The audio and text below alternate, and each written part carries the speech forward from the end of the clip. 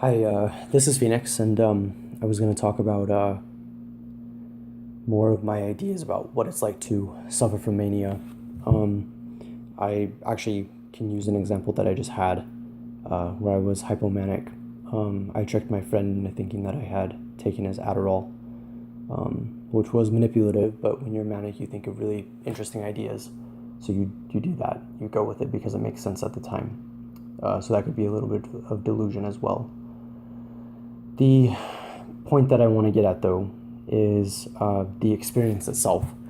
The way that mania tends to feel good and yet at the same time be detrimental in the sense that it prevents you from thinking in a cognizant way, in a straight way.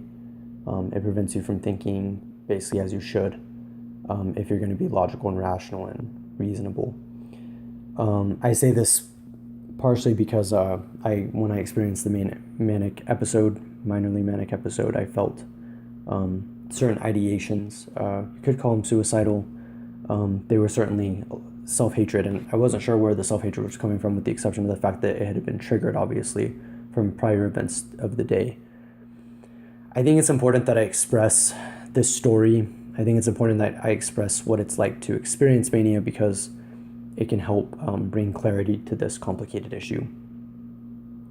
I think that mania is the unfortunate thing about mania is that it has really good things that come out of it. So I got my friends cookies but I wouldn't have done that.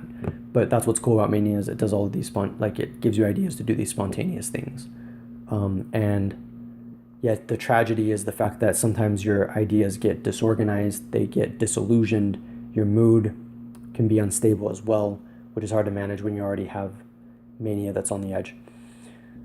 I have in the past described mania as being like pressing on the accelerator of a car as well as pressing on the brake at the same time.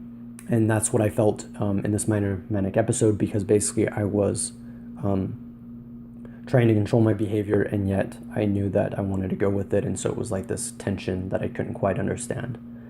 A good way to describe mania in general is this idea that that we have it, and we don't always know what to do with it. The way that I describe it is we get a lot of ideas. At least I get a lot of ideas when I'm manic, and yet I don't know what to do with them, and I don't know how to make them reality. And that can get really frustrating, especially when I know that from past experience, a lot of my manic ideas don't translate well to reality, and that can be very difficult. So yeah, so this is Phoenix, and I definitely wanted to just kind of talk about mania, bring up some of the philosophical points, talk about my experience, and hopefully shine some light on this interesting, fascinating, and yet really hard to understand issue. This is Phoenix, and thank you.